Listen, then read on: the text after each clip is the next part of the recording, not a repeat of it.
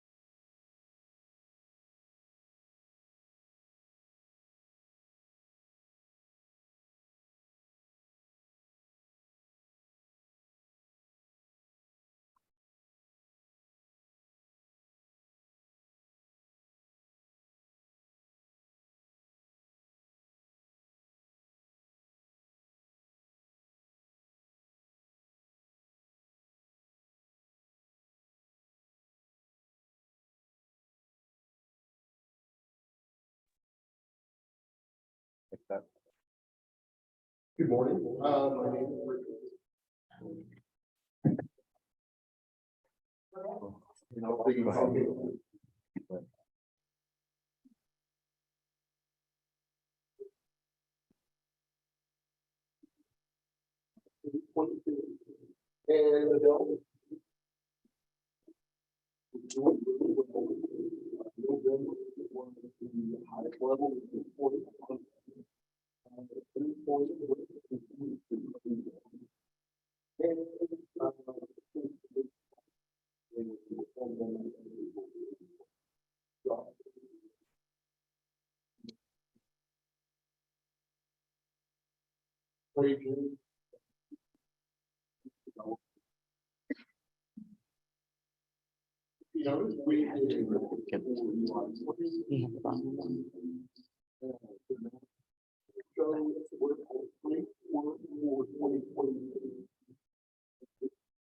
we do with that information is we operate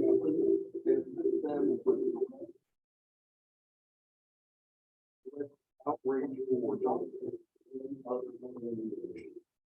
the other one on the page shows poverty by and if you notice there's a small red on that map, and that is a location in our report. Okay. We also have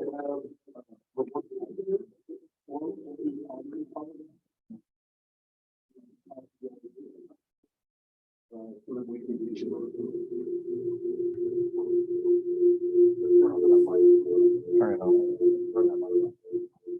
I think we are having sound troubles and we need to get away from the subject. That's what's distracting. I have people in mind that can't hear us when I say it's muffled. I know in the room we're getting a lot of feedback. So maybe I think we have to keep your notes, but step over here, maybe to where we yell. No, I think the podium behind the microphone is not working well. Apologies to everyone. Hopefully our friends on Zoom are now hearing us, but I think a clear voice would be a lot better. Thank you. So I'm going to pick up where the education levels are for the population. If you notice the graph, the individuals with less than high school education has dropped from 2012 to 2022.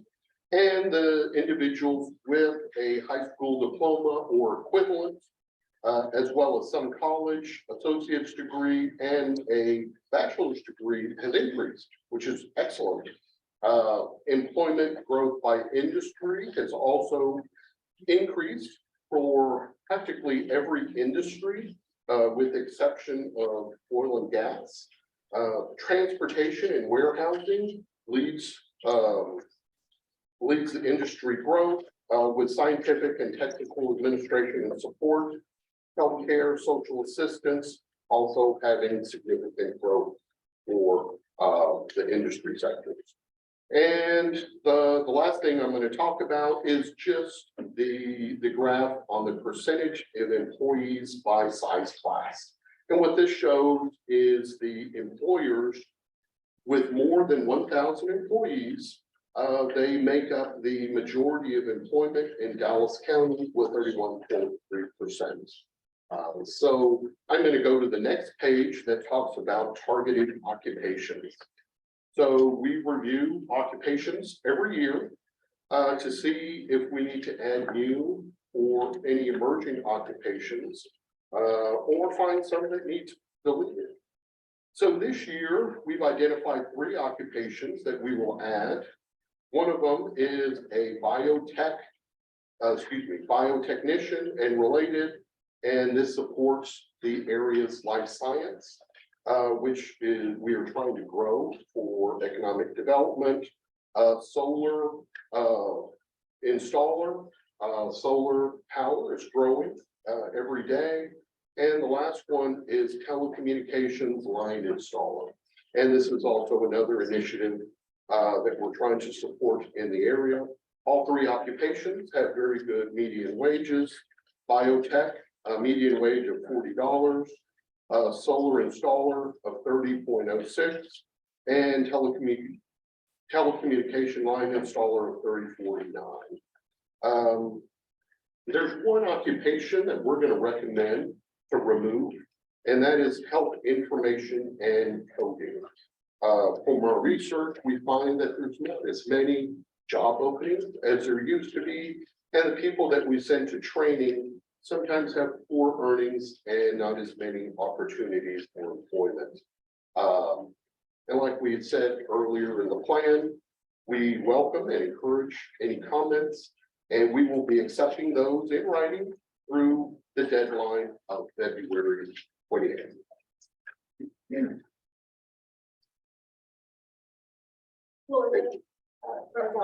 Need to introduce, okay, Gloria Smith with Dallas College would like to offer some comments. Gloria, if you wouldn't mind, center of the room and just fully project. I believe folks are doing okay. Even if we could ask for a thumbs up from the members, are they hearing this clearly by getting away from that mic? Gloria, please proceed.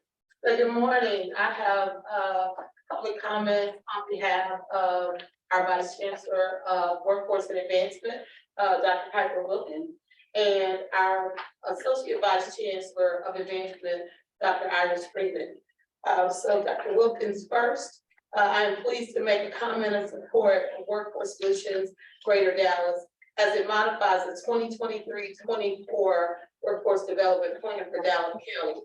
As the Vice Chancellor of Workforce and Advancement for the Dallas College, I have the pleasure of collaborating and partnering with Workforce Solutions Greater Dallas to provide support for opportunity youth, apprenticeship, and adult education and literacy services, as well as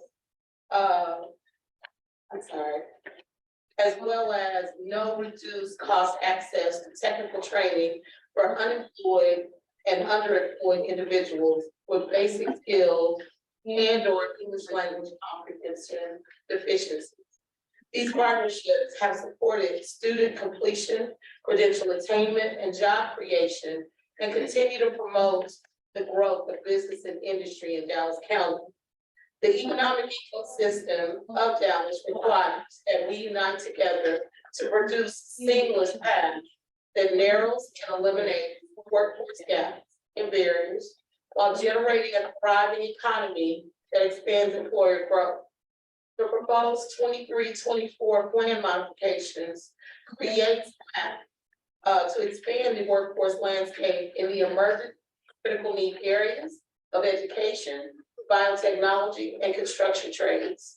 These additions to the plan targeted applications list allow college to positively impact income disparity throughout the community that aligns with the business and industry workforce needs and serve as primary provider in the talent supply chain throughout the region for the citizens of Dallas, fostering a vibrant, solid, and sustainable economy. Sincerely, Dr. Piper Wilkins. Next, we have Dr. Iris Freeman. I am pleased to make a comment of support of Workforce Solutions Greater Dallas as it relates to the modification of the 2023-2024 Dallas County Workforce Development Plan. As an executive member of the Dallas College leadership team, I've had the pleasure of collaborating and partnering with Workforce Solutions Greater Dallas for more than 15 years. The continuous partnership between these two entities is entrenched in each organization's mission alignment. This alignment often requires collaborative educational initiatives that provide the necessary support and opportunities for every citizen of Dallas to be successful in the workforce with equitable opportunities for economic mobility. The economic ecosystem of Dallas requires that all of us join together to produce a seamless path that narrows and eliminates workforce gaps and barriers while generating a thriving economy that expands employer growth. The proposed 23-24 plan modification creates a catalyst to boost the workforce landscape to meet current and future job needs. These plan modifications prioritize a strategic map that will allow many businesses, industry partners, and educational institutions to innovate opportunities for more Dallas citizens to benefit and generate continuously vibrant Dallas economy that is robust and sustainable. Thank you. Thank you, Gloria. Appreciate you as always. Gloria has a good education programming. That, unless I see a hand from the public or the Money with Equus for solutions. Does feedback, you get further back. Good morning, everyone. Monisa Downs, Regional Director with Equus Workforce Solutions. We currently serve as the operator for the workforce grants for Workforce Solutions for Greater Dallas. I want to thank Lori and her team for the modification plan. We have reviewed this and we are in agreement with the items that are in the plan, and we are in full support. I want to say that we also really agree with the new occupations that have been added. Our goal is to connect opportunity youth and disadvantaged adults and those needing employment outcomes to better support their families. We believe that these occupations are critical for us to continue to bring families in Dallas to that level of support that they need for their families. We continue to look at the occupational list and we continue to add some additional comments before the end of the period in writing. So just wanted to thank you all for this work, and we will continue to support this plan. Thank you, Monisa. Anyone else? Seeing no hands, I think we can now adjourn the public meeting. We thank you for the comments. Thank anyone who was watching. We will talk in detail as soon as we are inside the meeting. With that, we have adjourned the public hearing. Thank you.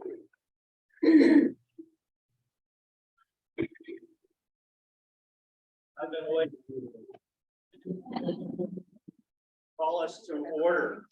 As I look around the room, I'm reminded of one Christmas when we were visiting family. I had our 4-year-old son with us, and we're at some relative's house, and we're all sitting around this couch staring at one another. And my son looks up at me and he says, "Dad, who the heck are these people?" I sort of feel the same way this morning. So I want to welcome our board. I want to welcome Harry, Joanne, and Rebecca online. Thank you for joining us, and all those that made the commitment to get out this morning and come be in person. The work that we do here is very important, and I thank you for being a part of this morning. So I'll call it to order. And we will go ahead and ask for any conflicts of interest. So VISD, Dallas College. Dallas College, TWC. TWC and State, Dallas ISD. Child Care Group.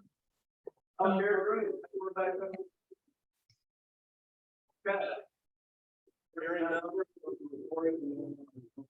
Interest.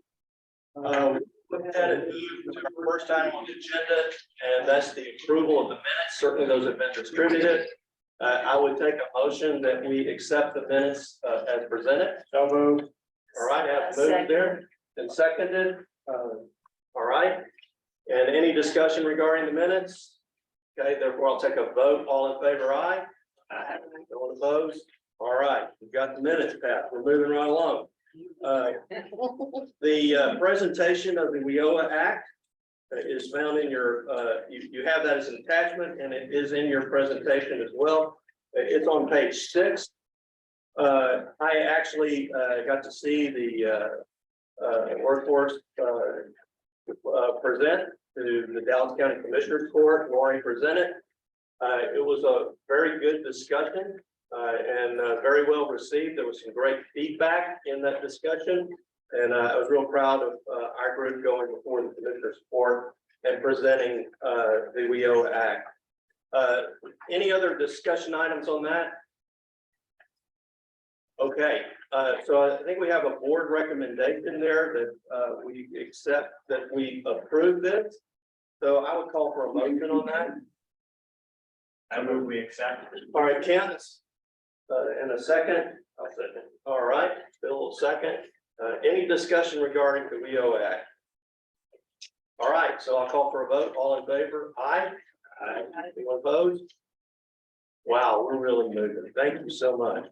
I think I skipped over Tori Manis in a public comment, so I hate to miss you. So please step up and. Thank you. Thank you, Mr. Chairman, Lori, workforce board members. Good morning. My name is Tori Manis. I'm president and CEO at Child Care Group. For over 30 years, we've had the honor of managing the Child Care Subsidy Program for Workforce Solutions. And through this work, we manage the daily education and care of over 16,000 children. And we work with their parents to coordinate their care in the Child Care Subsidy Program. We also work with over 650 child care providers that are part of the subsidy program. I'm here today to tell you about a new initiative that we're undertaking that we're very excited about. One of the opportunities and advantages that child care brings as the manager of the Child Care Subsidy Program is leveraging the long and deep resource and experience that we have as an organization running nationally accredited early childhood programs and operating other community resource programs. One of these is Help Me Grow North Texas, which is a national coalition and a national initiative funded through the Department of Health and Human Services. And locally, we are part of a coalition that's funded locally by United Way, where we have family navigators serving an 18-county region to take calls from parents who need things like childcare or public pre-K or child development assessment. They may need basic services like housing and help paying their utility bills. So we've been operating this program through the Help Me Grow North Texas Coalition, but with funding from United Way and Workforce Solutions, we have a family navigator who is now helping to outreach to families that are on the child care subsidy wait list. You all know, and we've talked about this many times, while we serve 16,000 children daily through the child care subsidy program, there are more children who qualify for subsidized child care than there is funding to support them. So we are trying to leverage the experience and the other resources that we have available to reach out to those families who are on the wait list. So we have we've leveraged some funding, and I'm very pleased that Workforce Solutions has recently authorized us to hire another full-time family navigator. We are targeting specifically the 3 and 4 year olds that are on the child care subsidy wait list and trying to make sure that they are aware of other educational options that are available to them, such as public pre-K or Head Start or any home visiting services. I want to also point out that if a family is on the wait list and decides to enroll in any other program, they will not lose their place on the wait list, and they will be contacted again when they are up at the top of the wait list to be served. And while we do have a wait list, we are outreaching actively, and I'm very happy to say that families are generally waiting no more than a month to get to the top of the wait list. So it is moving and churning, but we do want to outreach those families in the meantime to make sure that they have access to other programs and that they know that other programs may be opportunities for them. So I want to make sure the board is aware of that. I want to thank Workforce Solutions for their support in enabling Child Care Group to leverage our resources and our other programs to serve families. Thank you. Sorry, thanks for coming down. I'll just have some opening comments, and then we'll get into a little bit of celebration. Bill looks like he's lost a lot of weight since he was no longer the chairperson. You know, it's been a long time since we met in October, and I'm so happy that each of you are here today. There are actually 28 workforce boards meeting across the state as we speak, and covering many of the same matters that we're covering, like performance measures, child care grants, grant distributions, educational partners, financial statements, insurance, procurement. All this is being done in these rooms across the state, and our state legislature believes in local control, and that's what we do in Dallas County right here. So your work is very important. Your engagement is very important, and I can't thank you enough for being here. Over the last couple of years, I've served as the treasurer and gone to several state, attended several state meetings, and as well as the national meeting in Washington. And what I find is that there's really different types of boards, but the boards that are most notable are the ones that are disruptors. And we all see disruptors in education. We see Dallas College is a great disruptor. We see these disruptors in our workforce. And so that's what the board should be focused on, is how we disrupt the common, the normal.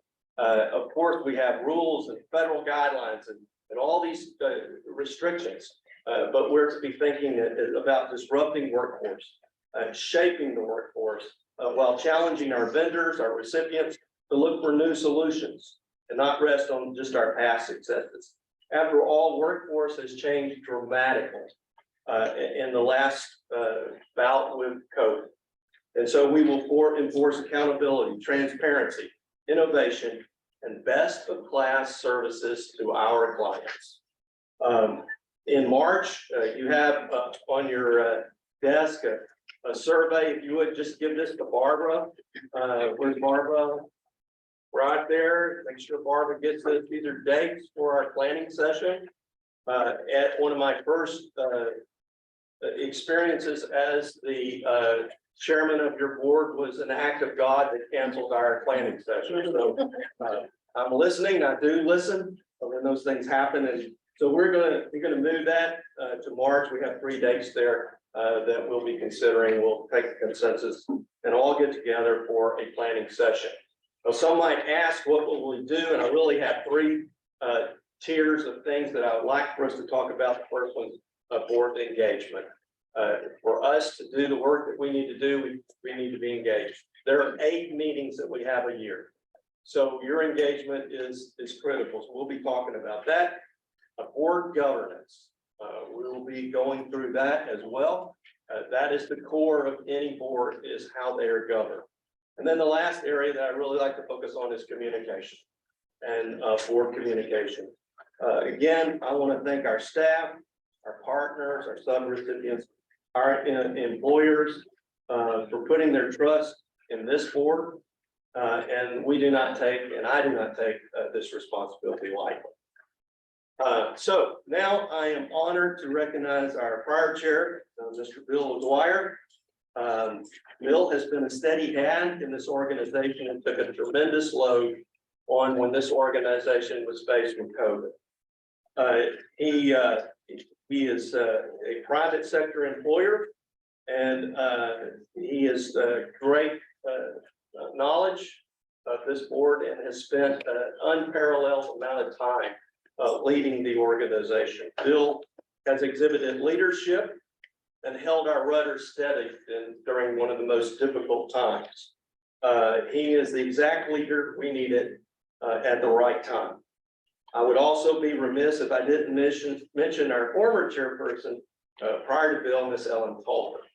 And recently she retired from Southwest. Both of these 2 leaders on this board have paved the way, and it's my extreme honor to be with both of them here today. And I can't thank you both enough for your leadership and for paving the way for us in this board. So that, with that, Lori, I think there was some comments. I think Richard would like maybe the chair and the past chair and the past chair and gavel in a picture if we could. And I'll speak while you guys are posing.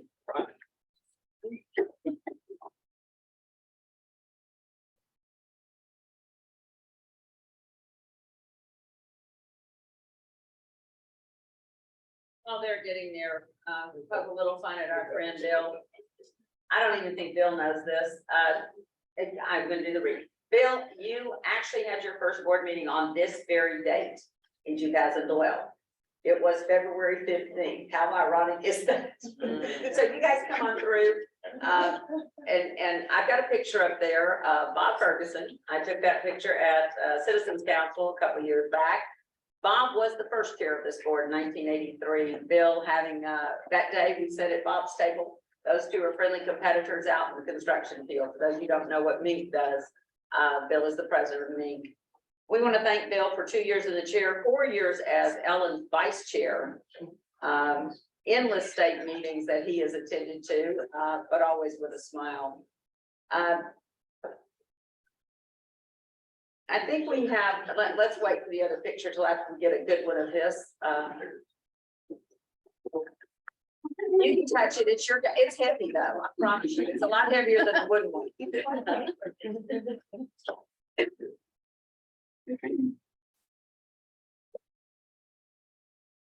For those of you who don't know, let's do the next picture.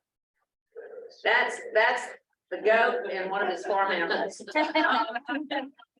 I'm the greatest of all time. His show goats, Bill and his wife predominantly show goats, and they're award winners, and that is one of the most spectacular shots. The goat looked like he knew he was on for this event. That was taken last year at. It's amazing the similarities. We really want to thank Bill. Winner. Bill, we have a few staff that want to say a word or two. Connie, I'll throw it to you. Bill, I just want to thank you for your leadership and your sense of humor. You always make things lighter in the media, so thank you. And Ms. Ashley. I'll just reiterate what's already been said. Thank you for your leadership, Bill, and it's been wonderful to get to know you through all your different capacities in leadership looking forward as the director, as the treasurer, the vice chair, the chair, and just thank you from all the staff. We're looking forward to many more years to come. Thank you. Yes, this is only stepping away from the chair. Don't move. Yeah. Even though you're seated close to the door. No move. Thank I you. hope those checks cash. Any words, Bill?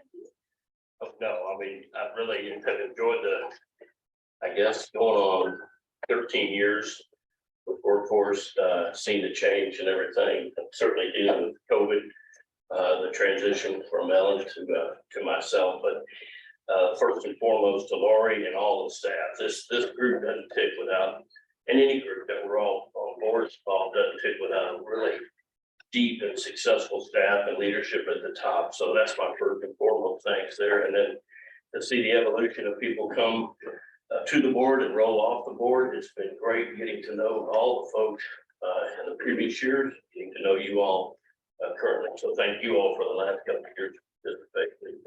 Really appreciate it. Thank you.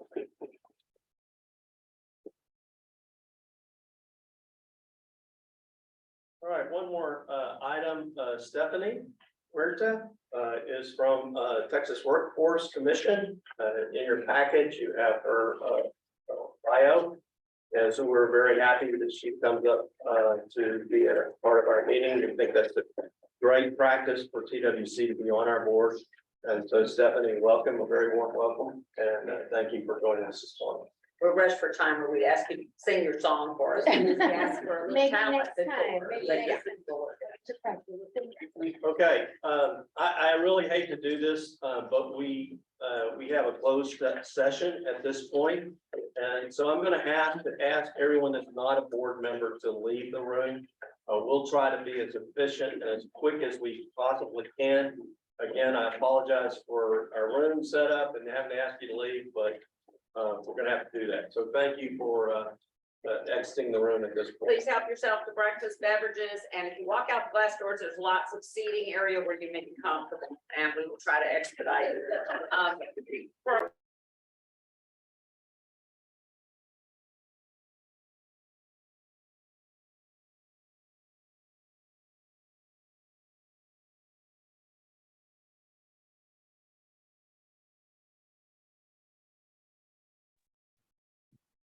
Okay, I'm gonna gavel us back into open session. And if I could ask our board to put forth a motion and a second for the matters discussed in our closed session. Okay, Deb, made the motion. Second by Bill. All in favor? The motion that's been presented, say aye. Aye. You opposed? Any abstentions? Okay, no one abstained, and motion passes. Thank you very much. For our group that's here, as our audience, thank you for your patience while we work through a few matters. Again, apologize for having to do that, but it was necessary. We're going to move right into our finance committee. Harry, I think you have something to present regarding the audit. Yeah, thanks, Carter. I'm not sure I'm hearing everything exactly right, but I'll press forward. Was able to meet several times with our excellent CFO, Ashley Werner, who's also fortuitously a CPA and has done some audits in her past. And we worked through the audit plan for 2023, the Crow audit plan with Kevin Smith and Michelle Buss. And then we sat down on February 1st with the auditors and discussed the audit plan for 2023. It's eminently sensible. The plan basically starts in May, and then it proceeds to report and letter finding and a meeting in late July. All of that is well within norms. We went through risk questions. We talked about ways we could be better. But we did also talk about the fact there's no material findings to report. And then we dove into the 2023 fiscal year budget. And to the extent that we want to get more into that in more detail, I think Ashley will be the one to talk it through, not me. I'm still learning from Ashley. The philosophical thing we could talk about as a board is how much we've managed this pretty conservatively in the past. We've left some room, we've had margin. And so there is a case to be made that we could use more of our administrative dollars. We've even, there could be training, there could be staff hiring that we need to do. But in general, I would say there is a high degree of comfort that we're being well led in this regard. And after whatever discussion we want to have, I'm definitely going to move that we move forward with this audit plan for 2023 and for the budget that's proposed as well.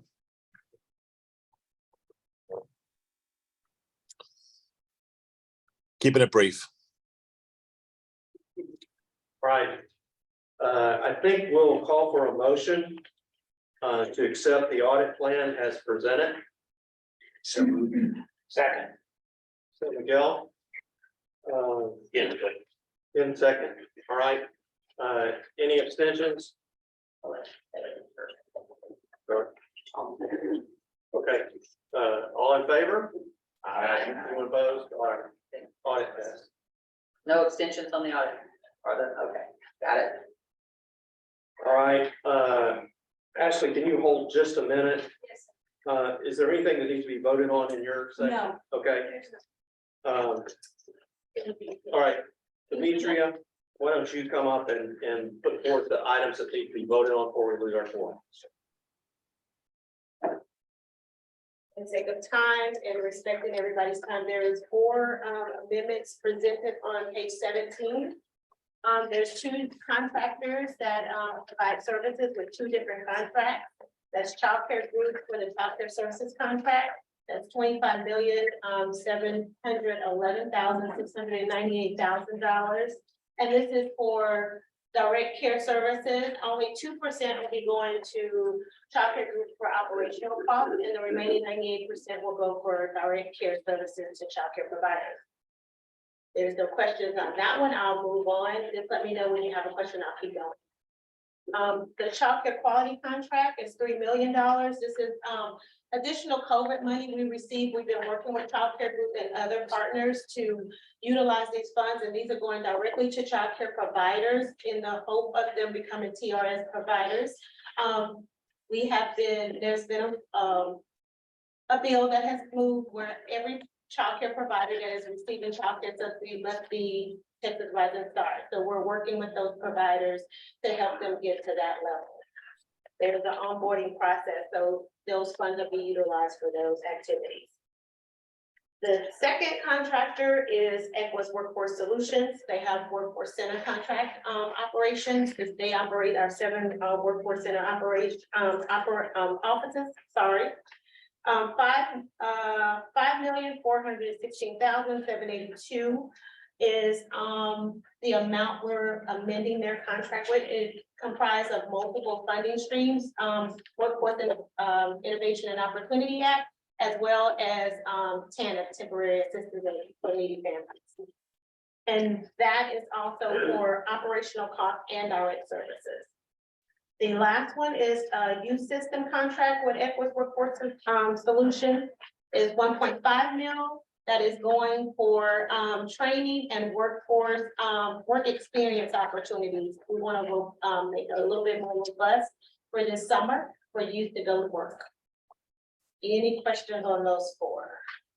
Demetria, thank you for the new format. I think that's easier for the board to comprehend and see exactly what's for you. So thanks for doing that. Justin there. So welcome. On page 18 is just a list of the local match partners that we have, secured all of our match, to date. And we do have some excess well, we overmatch, let me use that word. And if that is something we can help somebody else do or utilize, we will be able to do that through the state. The last thing on page 19 is, we had a procurement for Texas Rising Star assessors. As I said, providers moving to TRS, we are going to have to assess them. So we need more hands to help do that. This is a procurement that covers all three workforce boards, Tarrant and North Central. We share these assessors, we train with them all together. There's 17 on the list. All of them may or may not be vetted after they go through the process of proving proof of insurance, a background check, and a completion of TWC certification process. And that's all that I have. I know that's a lot. If you have any questions, please let me know. I will be more than happy to answer. Just read the 2 action items for the record. Page 18, there's action item. This is board authorization to approve the amendments to childcare services contract and childcare quality contract, as well as Equus workforce system operations and youth contracts as presented above. And in addition, staff will request approval of the FY 2023 local match partnership agreements in total as presented above. Okay, let's take a vote. You were just doing together? Yeah. Read the second. All right, this is for TRS assessors, board authorization to proceed with adding the 17 vendors presented above to the vendors list for Texas Rising Star assessor services pending proof of insurance, background checks, and completion of the TWC TRS certification. Staff is also requesting ratification for the payment schedule presented above to be effective February 1st. Okay, any questions? If I could get a motion? Motion. All right, Bill, and second, all right, Ellen, all in favor? Aye. Anyone opposed? No abstentions? Yes. Motion. Over here, abstain. Okay, thank you for childcare. Yeah. Stephanie. Abstain, I have a question, for the ISD. Yes, thank you. Thank you very much. All right, that passes. Thank you. Okay, Quick fire, Connie, it's a policy, and I think we said, like, y'all were doing your work, I think we can do that and be done. all right, we got one more to make a motion on, and then if you have to leave. Okay, I think. if you're looking at page 20, under policy, there's 5 policies. 4 of the 5 are implementing state policies, so it's really just giving us authority to implement state policy. So there's no local flexibility. no local flexibility. On the 5th one, we'd like to modify our existing WIOA adult policy to include as our local priority of services, individuals whose income is below our self-sufficient wage. And for Dallas County, that's $13.59 or 28,000. So that's what we would like. Connie, how do we get that figure? Because that figure is well below anything we've talked about with Project Thrive or anything. We're That's talking our about current figure. 25 an hour. Yeah. But this is. That's our current figure for training providers and to be on the target occupation list. And That's it's been also, statistically, yeah, it's not the MIT calculator, it's not full support, it's just base. right. And it's also the median wage for WIOA adult is $13.59. Okay, So the action item is board authorization to approve policies as presented. okay, So in a motion, all right. Second, Bill. All in favor? Aye. Anyone opposed? Any abstentions? Okay, motion passes. Thank you. I think the rest can be postponed for the next time because we've got 2 people who really need the. All right. This information. Real quick. We talk about performance. Yeah, let's go for performance. Richard. Actually, we thought Richard wasn't gonna present all of this. If you'll let me, there is a correction. The state has made corrections based on population served this year. So we are missing 3, not 2. And one of them is great concern because it's the second year in a row that we have missed the second quarter on adult. And all of these people were served during COVID. Would that be correct? It is, it right in the middle of COVID from July 2020 to June 21. So that is No excuse, but it's, Yeah. it is, yeah. it's something that happened. We continue to mention that. So that's a critical issue to repair in the coming years. Now- And sadly, most of that training's already been done. Yeah, the good news is I've taken a look at the performance. I can see the mature data, which is 2 quarters.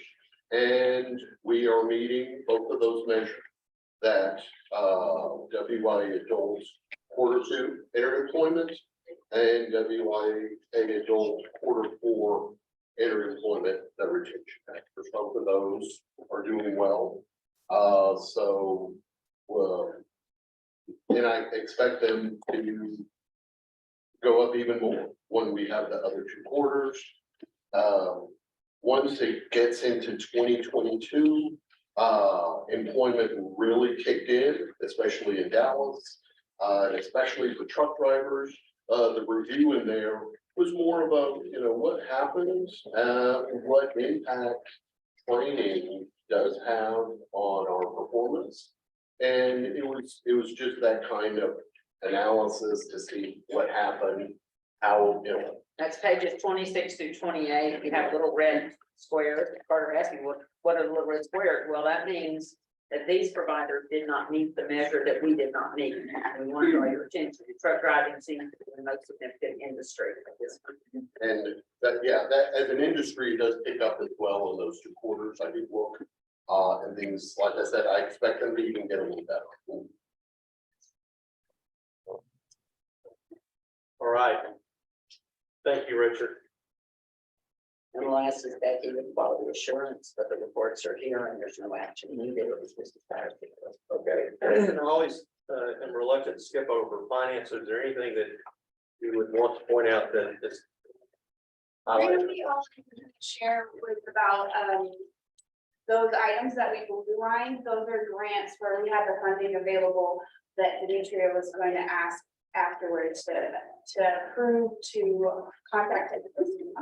So y'all did that, and if you have any questions about a specific grant I highlighted and what it's for, what the goal is, I'm happy to talk to you about. And their goal lines, we apologize, they were blue line this year. because They are. This week, their goal line, so same difference.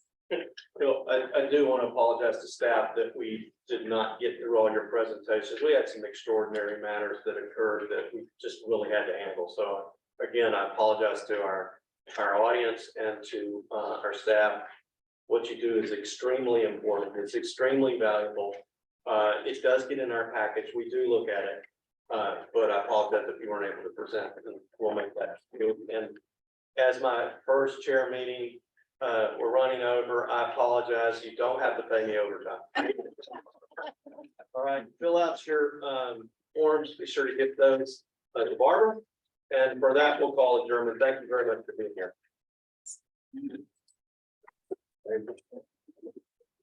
Thank you, audience, and Tori, have a wonderful